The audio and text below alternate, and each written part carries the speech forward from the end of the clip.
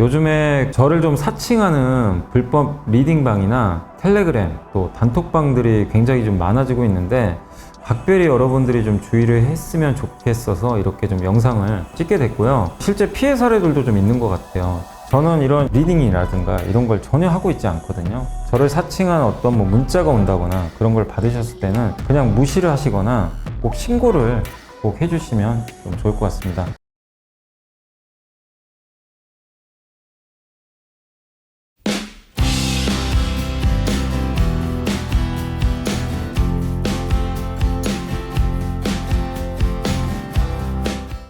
네, 안녕하세요. 염승환이사입니다. 오늘 2024년 5월 3일 시장 함께 읽기 시작을 해보도록 하겠습니다. 자, 오늘은 일단 미국장 한번 또 정리해드리고요. 5월달 그 건설 또 코코아 가격이 많이 떨어졌는데 그 부분하고 그 다음에 각종 기업들 실적 발표 있었습니다. 그래서 BH, DLNC, APR, 동아소시홀딩스, 주성엔지니어링, 대덕전자, 하이브 그리고 5월달 전략 관련한 내용이 좀 일부 있어서 KB증권에 나온 건데 그거랑 이제 어제 하려다 못했던 그 AI 한번 설명을 한번 빠르게 진행을 해보도록 하겠습니다. 자, 일단 미국은 좀 많이 올랐죠. 1.5% 나스닥이 급등했고 이제 금리 인상 우려가 좀 해소가 됐고요. 미국 금리가 떨어지고 있어요. 그러니까 3고 현상이 이제 거의 끝나간다. 네, 그러니까 국채 금리 상승이나 환율 80달러 밑으로 그 유가 80달러 밑으로 떨어졌죠. 그리고 강달러가 완화됐어요. 왜냐 일본이 엔화 시장에 개입을 했어요. 그래서 200억 달러 투입해가지고 엔화 약세를 막고 있습니다. 그러니까 이러면 이제 엔화가 더 약해지진 않겠죠. 그래서 우리가 걱정했던 3고 현상 이거는 이제 해소가 되고 있어요. 이러면 증시가 막 무너지거나 그럴 가능성은 높진 않아요, 실제로. 예. 근데 이제 위가 열리려면 확실히 이제 미국의 국채 금리가 더 떨어져야 되겠죠. 예. 근데 그것까지는 좀 시간이 필요한데 그러나 이제 좀 우려했던 부분들은 많이 해소가 되고 있다라고. 예, 일단 봐주시면 좀 좋을 것 같습니다. 그래서 시장은 좀 많이 안정감을 찾고 있다라고 보시면 되겠고 연준 의장도 하반기에 물가 안정 기대한다고 언급을 했는데 뭐 일단 JP모건에서도 노동시장 냉각, 렌트비 하락 이런 것 때문에 그다음에 고객들이요 그 비싼 가격에 이제 지출을 잘 안 하려고 그래요. 안 받아들이죠. 이런 물가 떨어집니다. 스타벅스가 지금 미국에서 거래가 7%나 줄었대요. 그러니까 이제 비교적 좀 비싼 편에 속하죠, 스타벅스는. 그래서 네, 인플레에 이제 저항이 생기다 보니까 이런 부분은 결국 물가를 좀 떨어뜨리는 요인 중에 하나라고 보시면 되겠고 일본 재무부는 이제 외환시장에 개입을 하기 시작했고 퀄컴이 예상치를 상회한 실적 때문에 폭등했고요. 그 다음에 주요 반도체 다 올랐고 아마존, 알파벳 뭐 다 좋았고요. 중고 자동차 플랫폼 카바나가 실적이 상당히 좋았습니다. 그 애플이 실적이 좋은 건 당연히 아닙니다. 예, 그래서 주가 부진했지만 자사주 매입을 우리나라 돈으로 거의 100조 이상 발표를 했고 시간의 거래에서 7% 급등하고 있는데 AI 투자 이제 한대요. 예, 그 내용이 있었고 조만간 공개한다고 합니다. 퀄컴 CEO도 다른 것보다 그 안드로이드 폰에 대한 수요가 좀 있고 특히 사용자들이 AI 기능을 실행할 수 있는 휴대폰을 사고 싶어 한대요. 이게 좀 핵심인 것 같아요. 그래서 AI 폰이 실제로 좀 잘 팔릴 수 있다는 거 언급을 했고 애플이 다음 주 아이패드 출시 행사와 6월 개발자 컨퍼런스에 의해서 AI 관련 대규모 투자 계획 발표한다고 합니다. 그러니까 애플도 참여해요. 이거는 한국의 반도체한테 상당한 호재가 되겠죠. 예. 그래서 이거는 상당히 좀 의미 있는 좀 내용이라고 보시면 되겠고 자 그리고 어제 금융당국이 밸류업 프로그램 발표했는데 여러분 좀 실망하셨죠. 어제 발표하고 나서 이건 뭐지? 약간 그런 분들이 있을 텐데 너무 실망하지 마세요. 예, 아마 정부가 정책적으로 저는 끌고 간다고 생각하고 있고 다만 거기에 뭐 당근과 채찍이 없는 거지 안 하겠다는 아니에요. 일본과 비슷한데 다만 이제 너무 자율에 맡기니까 기업들이 안 하면 어떡하지? 그러니까 핵심 뭐냐면 연일에 공시하래요. 뭐를 앞으로 어떻게 할지. 야 너네 주주환원이나 기업가치 올릴 거 공시해. 근데 회초리 들고 때리는 게 아니라 자발적으로 알아서 해라. 근데 알아서 하는 게 더 무서워요 사실은. 근데 물론 강제적으로 하는 게 더 좋죠. 예. 무조건 해라 이거랑 안 해도 상관없다 이거랑은 좀 다르니까. 근데 일단 지금 내용은 안 해도 돼요. 하기 싫으면. 예. 근데 찍히겠죠. 찍힐 수 있고 대기업은 하겠죠. 예, 대기업이 여기 동참 안 한다? 그거는 좀 말이 안 되는 것 같고 우리나라의 굵직한 기업들은 아마 다 할 것 같습니다. 그러면 결국에 나중에 다 따라가고 안 한 기업은 이제 망신당할 가능성이 있어요. 그래서 저는 이제 모든 기업들은 다 참여 결국에 하지 않을까 나중에 이렇게 좀 기대하는데 어쨌든 이런 데도 참여 안 하면 좀 그건 저는 좀 개인적으로 좀 그 이제 우리가 기업을 봤을 때는 할인 요인이 될 수밖에 없는 거죠. 예, 그래서 아마 이게 여기서 핵심 뭐냐면 지금 재무제표는 이미 지나간 일을 다 숫자로 표현해서 우리 실적 어땠고 이랬으면 이거 공시하잖아요. 예, 그죠? 끝이에요. 재무제표는. 근데 앞으로 어떻게 해야 되냐면 앞으로 기업 가치를 올리기 위해서 어떤 정책을 수립하고 어떤 자본 배치를 하고 예, 그렇게 하겠다. 이거를 공시를 해야 돼요. 예, 강제성은 없습니다. 근데 이거를 이제 책임지고 하는 게 이사회입니다. 그러니까 이사진의 책임이 상당히 좀 중요해졌죠. 예. 그래서 재무지표에도 PBR이나 이런 게 다 들어가야 되고요. ROE 같은 거 표기하고 일본 스타일로 하겠다는 거고 요게 핵심이에요. 비재무지표에 이걸 넣어야 돼요. 지배구조, 일반 주식 권익제공, 이사의 책임성, 감사 독립성 이런 것들을 넣어야죠. 일반 주주 권익제고 하기 위해서 어떤 행동할 거냐. IR 같은 것도 일반 주주 대상으로 할 거냐. 예. 주주와는 어떻게 할 거냐. 그래서 목표를 설정해야 됩니다. 목표 설정해야 돼요. 예. 해서 목표 달성 못했다고 뭐라고 하는 거 아니에요. 근데 하는 게 중요한 거죠. 일단. 예. 그리고 만약에 달성 못할 것 같으면 공정공시해서 못할 것 같다 이런 이유 때문에 그런 거 적어달라는 거죠. 자사주 소각 및 이런 주주환원 계획도 실리고. 그러니까 우리가 이런 사업 보고서나 이런 공시를 보고 이제 이 회사의 그 주주환원 정책을 이제 명확히 알 수가 있어요. 좀 편하죠. 보기도. 그러니까 이것 자체로도 저는 긍정적이다. 이렇게 좀 생각하고 있습니다. 영문 공시도 있고.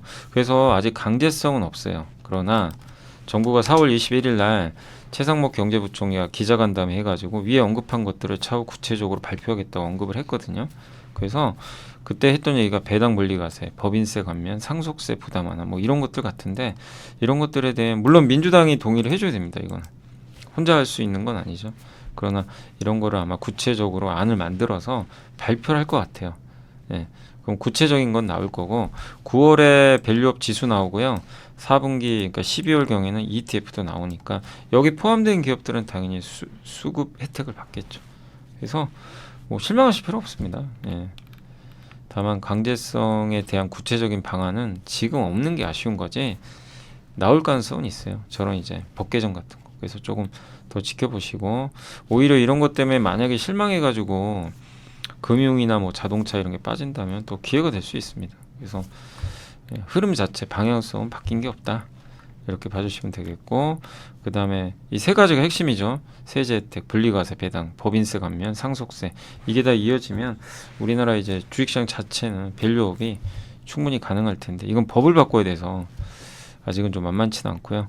일본 밸류업 이게 추진 그건데 작년에 밸류업 프로그램을 시행을 했죠. 지금 우리가 이번에 발표한 요거랑 비슷하다 보시면 되겠고 일본 밸류업 내용이고요. 상패까지도 가능해요. 여기는 좀 페널티가 일부 있긴 있습니다.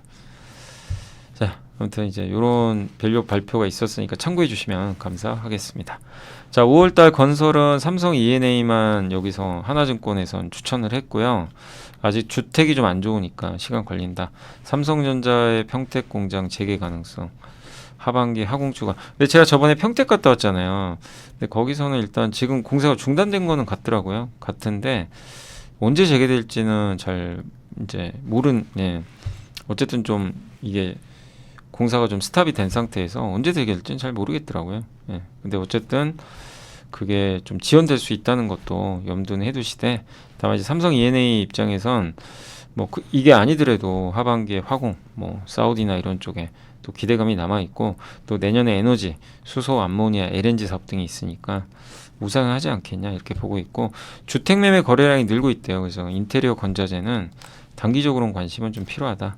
이런 내용인 것 같습니다. 근데 주택 관련 건설주를 추천하지 않는 건 아직 미분양도 있고 예, 비용 이슈, PF도 끝난 게 아니잖아요. 그러니까 그거 확인하고 들어가도 늦지 않다.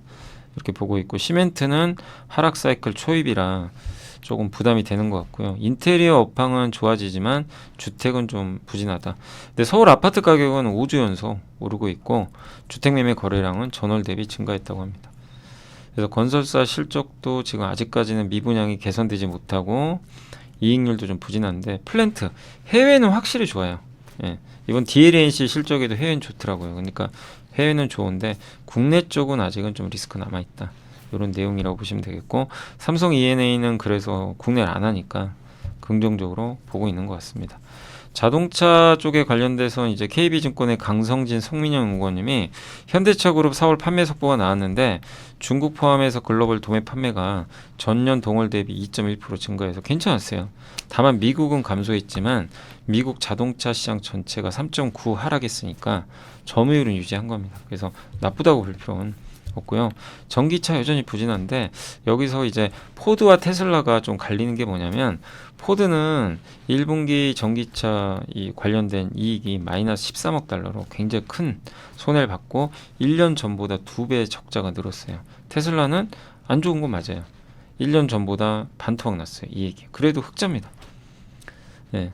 근데 테슬라는 가격을 낮췄어도 변동비, 그러니까 비용 하락이 거의 동일하게 나왔는데 포드는 원가를 절감한 것보다 가격이 더 빨라가지고 적자가 커진 거죠.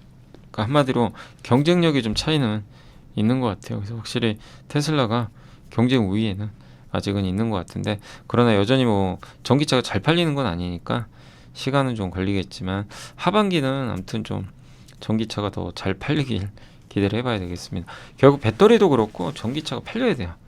우리가 예상한 것보다 많이 팔려야 의미 있는 반등은 나올 것 같습니다. 그래서 바닥은 찍었지만 이 전기차 관련된 기업들은 조금 더 시간은 필요하다고 보시면 되겠고 월별 현대차 이게 24년도인데 견조하죠. 예, 아직은 견조한 것 같습니다. 카카오 가격이 많이 떨어졌대요. 대신증권 최진영 연구원님이 카카오 가격이 급락했다. 근데 본격 하락 시작도 안 했대요. 라니냐가 시작도 안 했기 때문에 엘니뇨 때 카카오 가격이 올라요. 이 소프트라 그러죠. 원당, 사탕수수, 커피, 코코아 같은 가격은 엘니뇨 때 오르고 농작물 가격은 급락합니다. 그래서 밀 가격 이런 거 많이 떨어졌죠. 근데 라니냐는 반대로 가요. 그래서 코코아 가격은 이제 최근에 급락하고 있는데 아직 시작도 안 했고 6월에서 8월에 라니냐 오면 더 떨어질 수도 있다. 이런 내용인 것 같습니다. 그래서 올해 여름 지나면은 라니냐는 좀 추워지는 거예요. 해수면 온도가. 그러면 사탕수수, 카카오, 커피가 작황이 그러니까 풍작이에요. 풍작. 비가 많이 와가지고 공급이 늘어나요. 그러면 이들 가격이 떨어지면 브라질에 비가 내리면 스타벅스 주식을 사라 그랬죠. 아직 안 와요 비. 근데 올해 여름 지나면 오겠죠. 라니냐 오면. 그럼 커피 값이 떨어지면 스타벅스에 좋겠죠. 그래서 S&P 500의 음료 업종은 좋아질 가능성이 있다. 이런 내용입니다.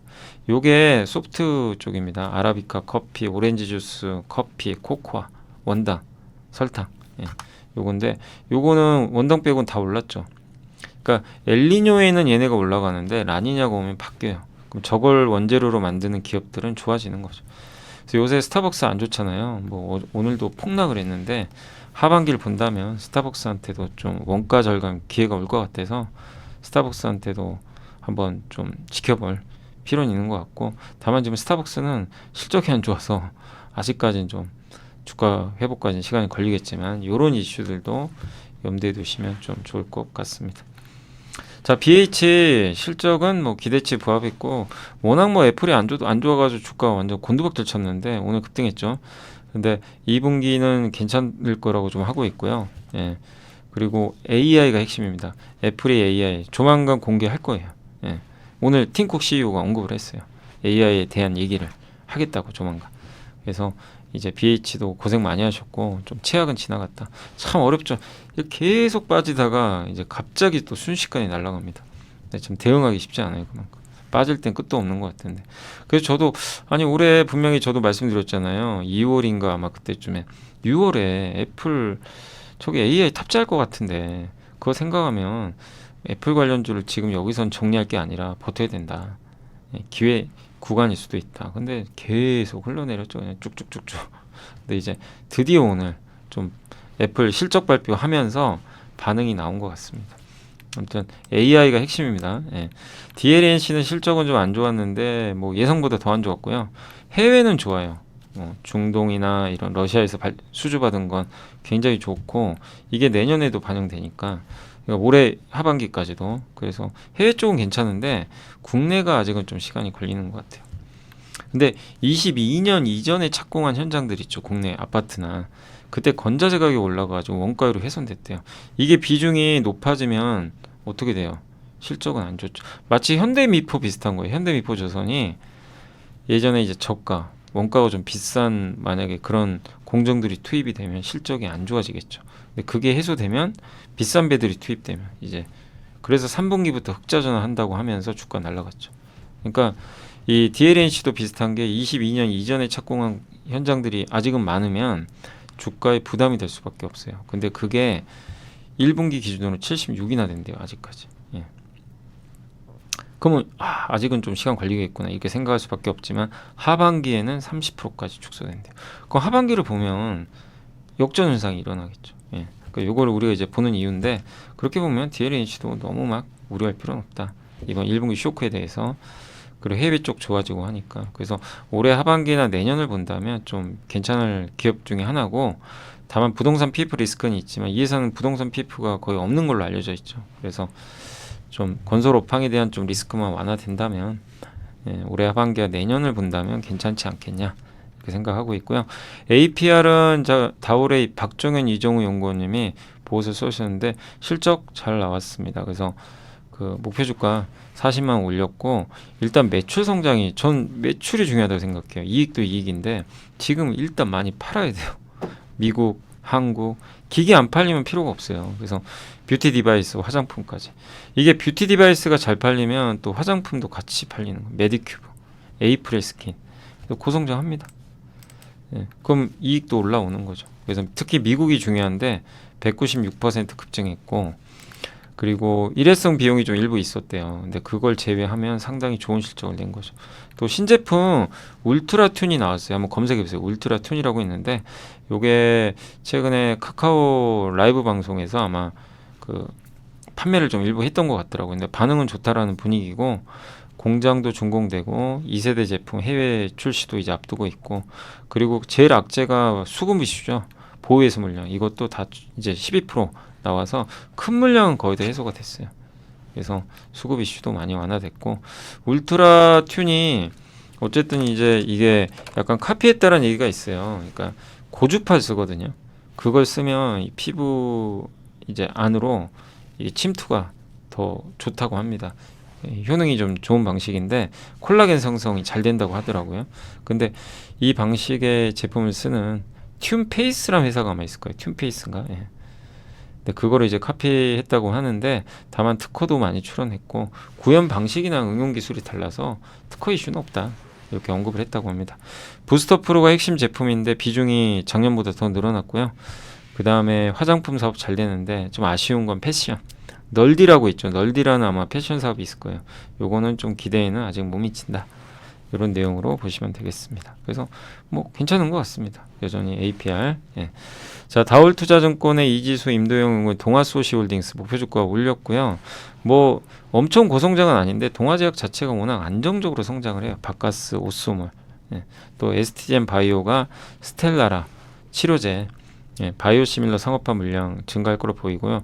용마로지스의 운영 안정화도 좀 이익 개선에 기대를 하고 있는 것 같습니다. 그래서 자회사들 좀 괜찮아지고 있다. 다만 고성장은 아니에요. 매출은 한 자릿수대 성장이지만 안정적이다. 그리고 배당, 주주환원 이런 게 있으니까 그래서 제약주 중에서 좀 난 너무 변동성 큰 거 싫다 이런 분들한테 동아소시홀딩스 좀 안정적인 기업이라고 보시면 되겠고요. 그 다음에 주성엔지니어링은 목표가 51,000원 유지했는데 주성엔지니어링 실적보다도 그게 중요합니다. 실적 추정치 올렸어요. 그래서 올해 하반기 좋아질 겁니다. 그래서 그게 근데 그건 그거고 갑자기 분할을 한대요. 그래서 오늘 주가가 아주 난리가 한번 났죠. 예. 근데 이제 인적 및 물적 분할 이슈가 있고 그게 뭐냐면 어떻게 분할을 하냐면요. 이거 설명해 드릴게요. 12월 6일 날 재상장해요. 그러니까 아직 시간은 남았는데 요게 반도체가 압도적으로 매출 비중이 높고요. 태양광을 좀 일부 해요. 섞여 있어요. 그러니까 반도체 디스플레이 태양광이 섞여 있는데 핵심은 반도체 따로 떼내고요. 태양광 디스플레이 합쳐서 따로 떼낸대요. 핵심은 반도체죠. 예. 그래서 좀 집중을 하겠다 이런 내용인데 분할 전에는 다 합쳐 있는데 주성 엔지니어링 쪼개요. 인적 분할 둘로. 그럼 주주분들은 이 두 개 다 가져갑니다. 주성 홀딩스라는 지주회사 하나, 주성 엔지니어링이 따로 상장이 돼요. 근데 이 회사는 반도체만 해요. 그럼 둘 다 가져가니까 뭐 큰 문제 될 거 없죠. 일단은 뭐 나는 반도체 좋아하는 분들은 반도체. 아 근데 지주사는 싫다. 팔아버리니까. 그래서 인적 분할 이렇게 결정을 했는데 요것 때문에 좀 흔들렸던 것 같아요. 물적 분할을 갑자기 한대요. 요 밑에다 또 좀 복잡한데 기업을 하나 또 따로 밑에다 비상장으로 떼가지고 이건 비상장이에요. 디스플레이 태양광을 떼는데요. 근데 이거는 큰 악재는 아닌 게 왜냐면 이게 물적 분할을 만약에요. 반도체를 했다고 해서 얘네가 바뀌었다. 그럼 주가 곤두박질 더 완전히 이제 충격파가 커질 겁니다. 이것도 반도체 따로 떼내서 또 이거 분할 상장하는 거 아니냐 막 이럴 수 있는데 그게 아니고 핵심은 반도체예요. 그래서 얘를 떼내요. 얘는 근데 주주분은 갖고 갈 수가 있어요. 인적 분할이니까. 둘 다 가져가요. 주성홀딩스랑. 근데 얘는 핵심은 아니에요. 근데 이제 시장 자체는 그냥 물적 분할하면 노이로제가 걸리니까 그럴 수 있는 거죠. 그러니까 그 부분. 그리고 상장하면 안 된다고 저는 생각합니다. 어찌됐건 그래서 핵심은 주성홀딩스가 저 주성 SDL 상장 안 한다는 거. 요게 좀 중요할 것 같고 그리고 인적 분할하게 되면 이제 이 부분은 오히려 나중에 재상장하면 가치가 더 올라갈 겁니다. 왜 반도체만 하니까. 이게 섞여 있으면 희석되니까 가치가 좀 떨어져요. 일부. 근데 저것만 이제 따로 상장을 하게 되면 그러니까 물적 분할에서 신규 상장 아닙니다. 인적 분할이에요. 그래서 이 부분은 주주분들이 다 가져갈 수 있기 때문에 오히려 나중에 반도체 사업만 따로 요게 상장을 했을 땐 상당한 기업 가치 상승이 나올 수 있다. 이 부분은 염두에 두시되 다만 왜 굳이 근데 이게 물적 분할 하는지 저도 잘 모르겠어요. 요거를. 그냥 여기 밑에다 그냥 두면 되는데 물적 분할을 한다고 하니까 이 부분은 조금 뭐 시장에서는 어쨌든 좀 우려했던 게 아닌가 이런 생각은 좀 들긴 합니다.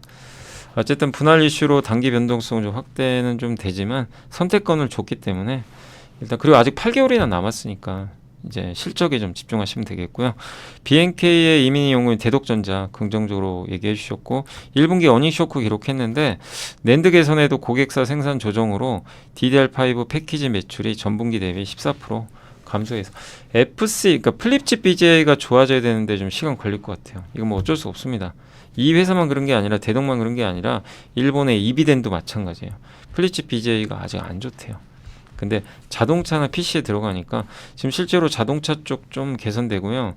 PC 쪽도 실제로 AI PC 나오면 개선될 겁니다. 왜냐 AI PC 지원하는 반도체가 하반기에 나와요. 퀄컴, 인텔. 그러니까 하반기 본다면 나쁘지 않은데 다만 상반기까지는 조금 부진할 수밖에 없다는 거. 그러니까 시간이 걸린다는 거 염두에 두시면 되겠고 마지막으로 하이브 같은 경우는 이제 목표 주가 유지했는데 실적보다 중요한 게 뭐죠? 결국엔 얻어오죠. 민희진 대표의 갈등. 근데 시장에선 이미 뉴진스가 이거 이탈하는 거 아니냐 그걸 반영을 해버렸어요. 주가가 이익 기여도만큼 빼버렸어요. 그래서 뉴진스가 빠지는 걸 이미 가정해서 시장 반영을 해버렸다. 그러나 주가 올라가려면 뉴진스가 여기 남아 있어야 돼요. 그게 아직은 해결이 안 됐기 때문에 기간 조정은 불가피합니다. 여기서 V자로 가긴 쉽지가 않아요. 다만 바닥도 나왔다. 그리고 1년 이상을 보면 BTS 전원 제대하죠. 내년에. 위버스 플랫폼 이제 아마 멤버십을 유료할 거고 미국 걸그룹 데뷔도 하거든요. 그러니까 1, 2년을 보면 괜찮은데 지금 단기적으로는 어쨌든 민희진 대표와의 갈등 해결이 안 됐고 뉴진스 어떻게 될 거냐 몰라요. 그러니까 그게 결론 날 때까지는 좀 부진할 수 있다는 거. 그 부분은 염두에 두시면 좋을 것 같습니다.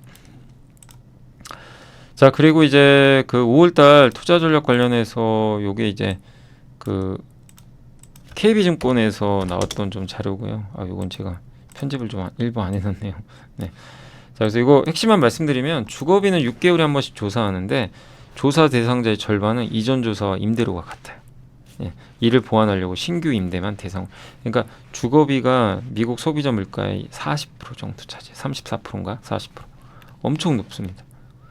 그러니까 주거비가 집주인분들한테 가서 조사하는데 1년 주기니까 6개월에 딱 6개월 정도 지나서 가면요. 1년 전하고 바뀐 거. 그러니까 직전 조사랑 지금 주거비가 바뀐 게 없어요. 그럼 똑같다고 대답하겠죠.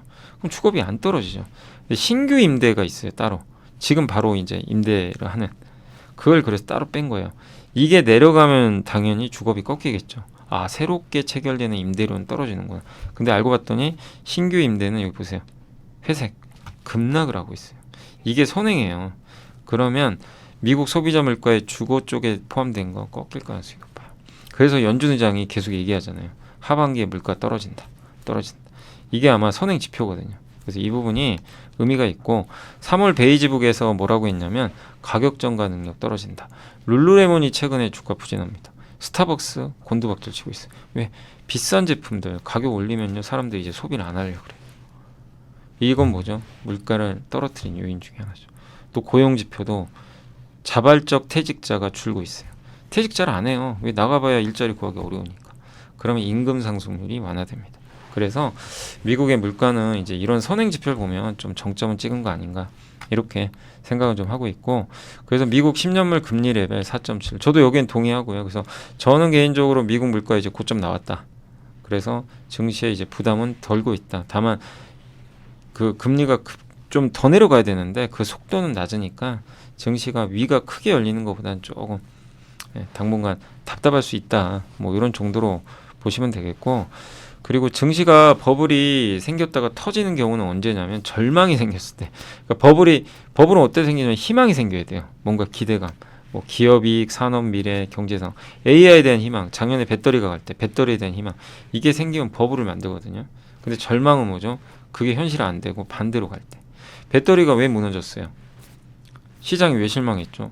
아니 고성장할 줄 알았더니만 아닌 거예요. 데이터를 봤더니 망가져 버린 거죠. 기업들 적자나고 전기차 안 팔리고. 그러니까 절망에 빠지니까 버블 터져버린 거죠. 근데 그게 아니었으면 더 올라갔을 수도 있어요. 똑같아요. AI도 이걸로 돈을 벌어야 돼요. 기업들이 못 번다? 무너지는 겁니다. 그죠? 네, 그런 거예요. 그러니까 이제 버블이라는 건 그럴 때 터지는데 결국 지금 미국 증시도 마찬가지인 거죠. 예, 버블 랠리가 이게 끝날 거냐 아닐 거냐 이건데 아직은 버블 같지는 않아요. 예, 근데 이게 랠리가 붕괴되는 시점은 세 가지래요. 경기 고점, 증시 과열, 연준이 금리 더 올릴 때. 이러면 급락했다고 합니다. 근데 지금 경기 고점인가요? ISM 제조업 지수가 60 이상인 고점인데 아닙니다. 지금 50도 안 돼요. 증시 과열인가요?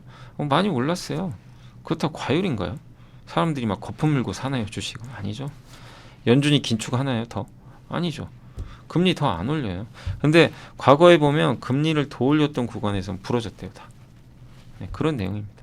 근데 그건 아직 아니죠.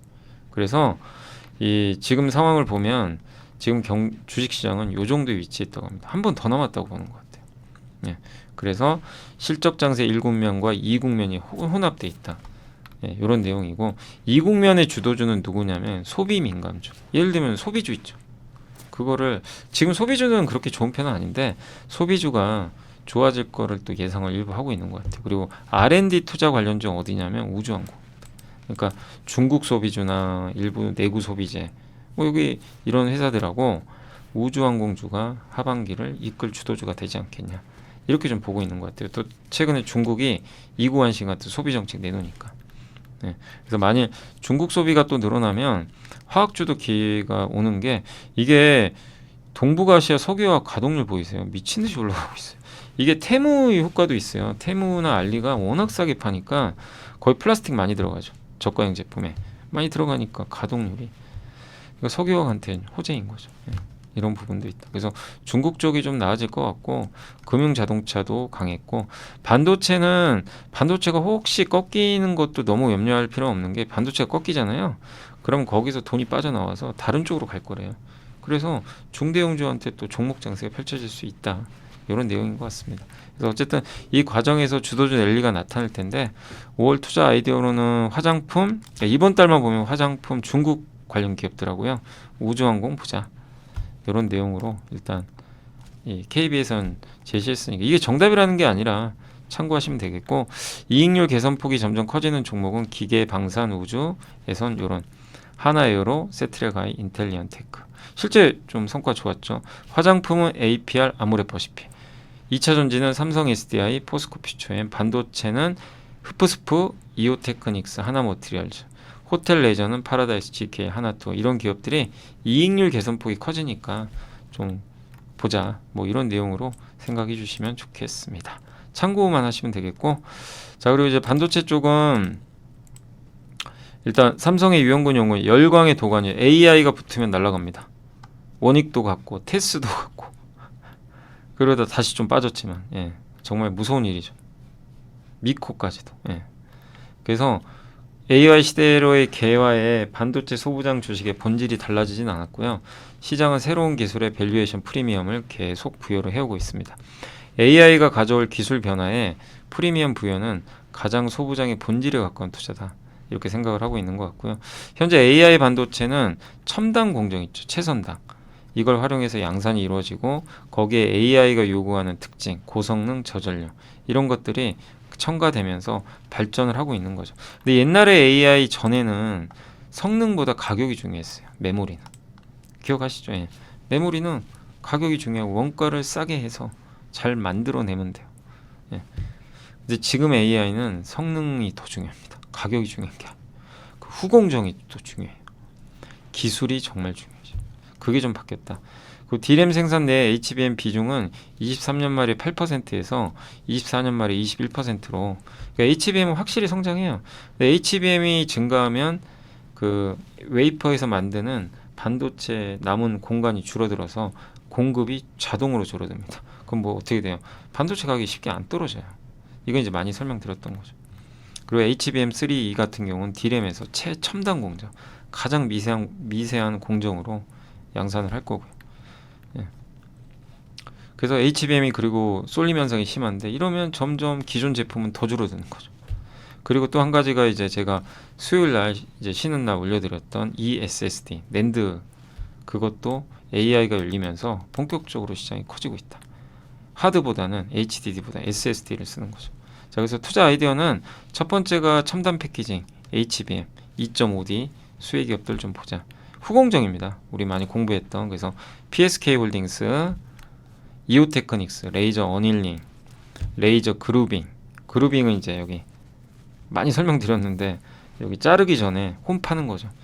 레이저 스텔스 안 보이게 밑에서 파고 들어가서, 예, 다이싱하는, 다이싱 자르는 거예요. 예. 그러니까 웨이퍼를 자르는 그런 이제 레이저를 만드는 회사죠. 레이저 장비.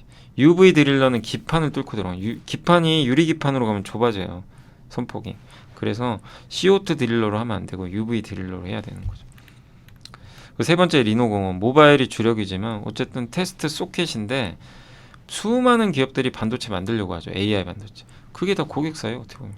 그래서 마진도 좋아요. 그래서 모바일, 그러니까 이 수많은 고객사들이 반도체를 만들면 만들수록 리노공업한테 호재가 되는 거죠.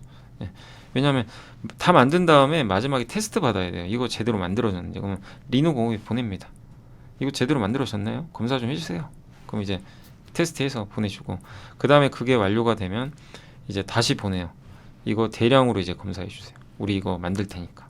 그래서 이제 매출이 늘어나는 거죠. 그 D램은 전공정 투자가 재개되고 PSK, 예, 단순 전공정 투자 재개 수혜 이상을 기대하고 있고요. 미국 파운드리 투자도 수혜가 예상되고, 베베레체라고 마지막에 여기 오염물질 묻는 거 그거 제거하는, 이거 특허 소송에서 일부 이겼죠. 그래서 좀 괜찮아지고, 또 금속 시가가는 메탈 애처 시장으로도 진입하는데 상당한 또 수혜를 받지 않을까 이렇게 보고 있고, 중화권 업체랑 경쟁해요. 감강액, 포토레지스터 제거하죠. 근데 이 회사가 중국의 메슨이라는 회사랑 경쟁하는데 미국에서는 중국 거 안 쓸 거 아니에요. 그러니까 약간 또 이런 부분에선 수혜가 예상된다.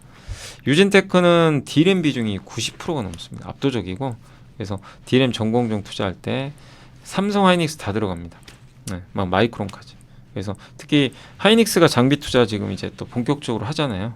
그런 면에선 수혜를 받을 것 같다, 이런 내용이고, 낸드 쪽의 최선단 공정 전환에선 투자 및 가동률 회복 관련해서 흡프스프가 이게 낸드 쪽에도 이게 들어간다고 합니다. 그 어닐링. 예. 그러니까 열처리 장비죠. 예. 또 고압 산화막 장비는 신규 제품인데 이것도 기대를 하고 있는 것 같습니다. 그 반도체 소재 부품 관련해선 낸드와 관련해, 낸드는 그러니까 낸드가 단수가 올라가면 설명드린 대로 그 장비 환경이 굉장히 가혹해져요. 그래서 소재도 많이 필요하고 더블 스태킹, 트리플 두 번, 세 번 막 이렇게 들어가다 보니까 부품도 많이 들어가고 소재. 그래서 여기 대표적인 게 솔브레인, 하나머티리얼. 이거 말고도 ENF 테크놀로지, DNF도 있을 거고, 예. 또 몇몇 기업들이 있죠. 예. 그래서 이런 이제 D램 대비 낸드 노출도 큰 기업들은 특히 솔브레인하고 하나머티리얼즈라고 하는데 그런 기업들을 적어주셨고, 후공정의 지용도가 좀 변화하는 게 그 SSD 제품을 이제, 그러니까 한마디로 삼성전자 반도체 만든 다음에 마지막 부분을 맡겨요. 외주주죠. 그래서 서버용 DDR은 하나마이크론, SSD는 한양디지텍. 요건 설명을 드렸죠. SSD가 요새 낸드에 많이 들어가니까 서버 쪽에, 그래서 이런 회사들이 또 수혜를 일부 받을 수 있다라는 내용도 참고하시면 좀 좋을 것 같습니다.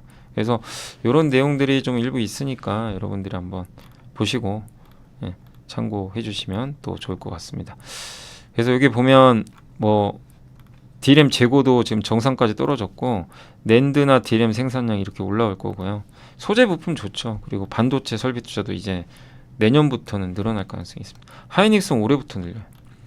TSMC도, 예, 이렇게 말씀을 드리겠습니다. 자, 제가 시간이 좀 부족해서 좀 죄송한데, 이 부분 밑에는 이제 중요한 이제 기업들은 다 설명해 드렸고요. 요 밑은 제가 다음 주 월요일 날, 다음 주 화요일이죠, 설명해 드릴게요. 그래서 아주 급한 내용은 아니니까, 예, 요거까지 하면 제가 시간이 안 될 것 같아요. 죄송합니다. 제가 또, 예, 아무튼 그래서 요 설비 투자 증설로 인한 공급 과잉 리스크, 예, 제가 일정이 하나 있어가지고, 예, 여기까지만 하고 요 보고서 마무리하고요. 그 다음에 전자공시는 내부자 매수는 없었고, 그 전자공시 쪽에서는 여기 RFHIC가 방산용으로 전력 증폭기 공급 계약이 있었고요.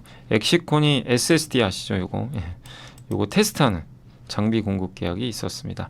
현대미포조선은 아마 중형 가스선으로 추정되는데 요거 내척 수주가 있었고요. 테스가 하이닉스의 그 어떤 장비인지 몰라요. 주로 원래 낸드 쪽 장비 많이 납품을 하긴 하는데 반도체 제조 장비를 납품을 했다고 하니까 요런, 예, 부분은 참고하시고, 실적 추정치는 오늘은 주성 엔지니어링 아까 말씀드린 대로 추정치가 올라갔다라고 말씀을 드리겠습니다. 자, 이제 장이 끝났고요. 아까 장이 좀 플러스권이었는데 결국 오늘 증시가 좀 참 2,700 넘기가 어려워요. 예, 미국 금리가 안정화된 건 사실인데 위로 뚫기 위한 모멘텀은 좀 부족하다. 특히 애플 호재가 나왔는데도 참 위가 열리기가 좀 만만치 않아서 이 부분은 좀 아쉬움이 남는 것 같습니다. 그래서 어쨌든 오늘 아주 큰 이슈는 없었지만 뭐 밸류업에 대한 일부 실망도 있었고, 예, 2,700을 넘기 위한 좀 시간은 좀 필요한. 그래서 이제 계속 말씀드리지만 위로 갈 때는 너무 적극적으로 하지 마시고 항상 내려올 때, 흔들릴 때, 왜냐면 미국 증시가 좀 부담은 있어요. 많이 올라서 장기간. 그래서 흔들릴 때, 그러니까 미국 증시가 급나간 날이 투자하기는 사실 굉장히 좋아요. 반대로 생각하면. 그래서 그걸 좀 계속 염두에 두시면 되겠고, 그 전에 계속 공부는 좀 많이 해놓으세요. 투자할 기업들은 많거든요. 예. 근데 공부 안 되면 내려올 때 살 게 없으니까 그걸 좀 말씀드리고 싶고, 오늘 외국인은 샀지만 일부 개인과 기관의 매도가 조금 나온 것 같습니다. 그래도 연기금은 오늘 좀 주식을 샀습니다. 오늘 섹터는 임플란트 쪽이 좀 좋았네요. 디오. 근데 여기 현대바이오랜드라 뭐 임플란트가 올라갔다 보기는 좀 어렵고요. 오늘은 네이버가요. 그러니까 좀 답답했던 거예요. 네이버 실적 저렇게 잘 나왔는데, 다음 주 화요일 날 말씀 한번 드리겠지만 어닝 서프라이즈 나왔어요. 근데 주가 왜 빠지냐 이거죠. 자꾸만. 좋은 실적 나왔는데도. 참 어려운 것 같습니다. 의료 AI 쪽 오늘 일부 기업들 좀 강했고요. 뭐 다 강한 건 아니었고, 영화 관련주 중에 일부 또 강했고, 그러니까 시장을 이끄는 굵직한 기업들은 그렇게 좀 별로 없었던 것 같고, 스마트카도 뭐 LG 이노텍 정도, 여기는 애플로 간 거죠. 엔터주에서는 SM이 그래도 오늘 좋았습니다. 그러니까 워낙 빠져 있었잖아요. 그래서 엔터주도 이제 바닥 딛고 좀 올라가는 것 같고, 메타버스도 좀 강했고, 윤활유 기업에서는 뭐 큰 변화는 없었고요. 게임주도 일부 좀 강했던 것 같아요. 크래프톤이 좋았네요. 은행주도 그래도 밸류업 충격 조금 벗어나서 약간 강했고, 유가 빠지니까 일단 항공주도 조금씩은 좀 올라오는 모습들이 나와주는 것 같습니다. 요새 FNF 같은 이제 의류주 좋죠. 감성 코퍼레이션, FN, 중국이 살아나니까, 예, FNF도 회복되고 있고 종합상사도 일부 기업들은 좀 반등을 해준 것 같습니다. 면세점 관련주도 이제 중국 효과 일부 때문에 올라갔고 오늘은 근데 뭐니뭐니도 애플 관련주죠. 그래서 여기 휴대폰 관련주들도 분위기 괜찮았고 카메라 모듈, 하이비전 시스템, 뭐 LG노텍, 자화전자 예, 거의 관련된 기업들이죠. 그래서 애플 효과가 확실히 좀 있었다. 그리고 석유화학 기업들도 아까 가동률 보여드린 것처럼 분위기 좋고요. 금호석유도 좀 어느새 14만 원 향해서 또 올라오고 있어서 다행입니다. 다만 MLCC는 삼화 컨덴서는 좋았지만 삼성전기는 오늘 조금 아쉽게 마무리가 됐던 것 같습니다. 전선주는 그동안 워낙 많이 올라서 좀 빠졌고요. 그러니까 전력설비, 전선, 조선기자재는 주도주였는데 일단 오늘은 좀 종목들이 다 어느 정도 차익 매물이 좀 쏟아진 것 같아요. 근데 어떻게 보면 또 기회가 오는 거죠. 그죠? 예, 많이 올라갔으니까. 그래서 아직 저는 뭐 끝났다라고 보진 않지만 여유를 가지고 보시면 좋겠고 DLNC는 이제 어닝 쇼크 나오다 보니까 밀렸지만 제가 봤을 때 내용은 나쁜 것 같지 않습니다. 아까 설명드린 대로 하반기를 본다면 나쁘지 않아 보이고요. 조선주도 오늘은 좀 빠졌고 크게는 안 빠졌고요. 반도체도 전체적으로 쉬어갔고 그래도 ISC가 요새 부진했는데 올라왔고 반면에 FST는 오늘은 좀 한 4% 가까이 빠진 것 같습니다. 사실 좀 많이 올랐죠. 이쪽도 자율주행도 오늘은 좀 쉬어갔습니다. 예. 그리고 마지막으로 이제 시총 상위만 볼게요. 오늘 삼성전자 참 애플 효과 있어도 안간히 답답하고 자동차가 오늘 좀 안 좋았어요. 현대차, 기아도 밸류업 실망 때문 아닌가. 지표는 뭐 크게 나쁜 건 없어요. 그리고 이제 강달러가 좀 완화될 것 같거든요. 강달러가 그러니까 달러 강세 효과를 좀 받았는데 아마 그런 것들이 차익 매물을 좀 불러일으킨 것 같아요. 그래서 좀 빠진 것 같고 그러니까 그동안 시장 이끌었던 뭐 전력설비, 전선 이런 쪽 빠졌고 타이어도 좋았는데 빠졌고 그러니까 좋았던 기업들은 오늘 좀 쉬어간 것 같아요. 대신에 누가 갔죠? 중국 소비죠. 중국 관련된 기업들이 시장 이끌었다. 코스닥 역시 2차 전지는 아직까지 좀 답답한 상황이고 리노공업은 좋았고요. 엔터주가 모처럼 상승해줬고 게임주하고 좀 부진했다. 반도체 소부장은 괜찮은 것 같아요. 그 과정에서도. 그리고 테크인 같은 기업, 유진테크, 반도체 소부장은 다 좋았죠. 전체 분위기는 나쁘지는 않았던 것 같습니다. 그러나 뭐 덕산테크코피아 같은 기업은 좀 빠졌고 그래서 코스닥은 상대적으로 이렇게 시총 상위 기업들 보면 맨 위에 있는 에코프로 계열사가 좀 안 좋고 알테오젠, 엔켄 같은 시총이 아주 큰 기업들이 좀 빠져서 좀 그랬지 뭐 전체적으로는 좀 분위기 자체는 아주 나쁘지는 않았던 것 같습니다. 주성 엔지니어링도 많이 회복은 됐어요. 아까 아침에 급나가더라고요. 근데 일단은 낙폭을 좀 줄이면서 끝났다라고 말씀을 드리겠습니다. 자 이제 오늘 한 40분 정도 방송을 해드렸는데 자 연휴인데 아무튼 여러분 연휴 기간 잘 보내시고 내일하고 내일 모레 방송이 2개 올라갑니다. 5월 4일, 5월 5일 함께 배우기 특별판 올라가고요. 이번에 화장품하고 뷰티 디바이스 뭐 그런 얘기들이 좀 올라갈 거예요. 1부, 2부로 나눠가지고 그래서 5월 4일, 5월 5일 각각 10시에 두 편 한번 보시고 기업들도 하나씩 좀 담아놨어요. 2개씩. 한 편에 2개씩. 그래서 공부해 보시면 제가 괜히 또 숙제 드린 것 같아요. 죄송한데 공부해 보시면 또 좋을 것 같습니다. 자 오늘 이제 여기서 제가 방송 마무리하도록 하겠고요. 이번 주 너무 고생하셨고 저는 또 제가 함께 배우기도 이렇게 계속 하다 보니까 좀 양해해 주실 게 자료 만드는 게 이게요. PPT로 만들다 보니까 시간이 굉장히 좀 부족해요. 그래서 최대한 거기 좀 집중하다 보니까 일부 좀 이제 제가 시장 함께 읽기에서 못하는 부분이 있어요. 근데 그게 뭐 좀 늦게 소개해드린다고 뭐 크게 문제될 건 아닌데 그 부분은 조금만 양해해 주시면 더 감사하겠습니다. 자, 그래서 오늘 고생하셨고 저는 또 다음 주에 찾아뵐게요. 연휴 잘 보내시고 5월 7일이죠. 7일 날 뵙겠습니다. 감사합니다.